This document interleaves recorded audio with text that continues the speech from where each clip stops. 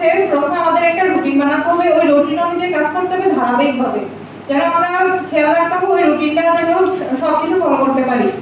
তারপর মূল বই অধ্যয়ন করতে হবে, মূল বইয়ের গুরুত্বপূর্ণ টপিকগুলো আগে পড়তে হবে ভালোভাবে, এবং টেস্ট পেপার সলভ করতে হবে। বোর্ড প্রশ্নগুলো বেশি গুরুত্ব দিতে হবে, 80% গুরুত্ব দিতে হবে বোর্ড প্রশ্নগুলো। আর কলেজের প্রশ্নগুলো কিছুটা দেখতে যেতে হবে, 20% দেখতে যেতে হবে।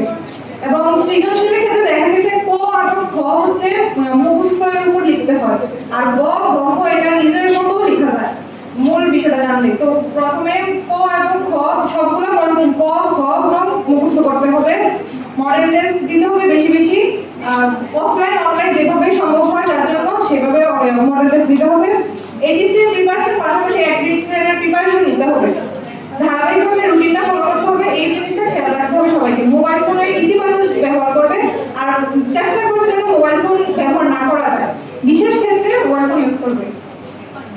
তারপর হচ্ছে পরীক্ষার হলে প্রস্তুতির সময় আমাদের পরীক্ষার হলে প্রবেশের আগে যে প্রস্তুতিগুলো আমাদের নিতে হবে, পরীক্ষার হলে প্রবেশের পূর্বে প্রয়োজনীয় জিনিস যেমন অ্যাডমিট কার্ড, কলম, পেন্সিল এগুলো সবকিছু দেখে রাখতে হবে। ধন্যবাদ তোমাকে। আমাদের আসলে সময়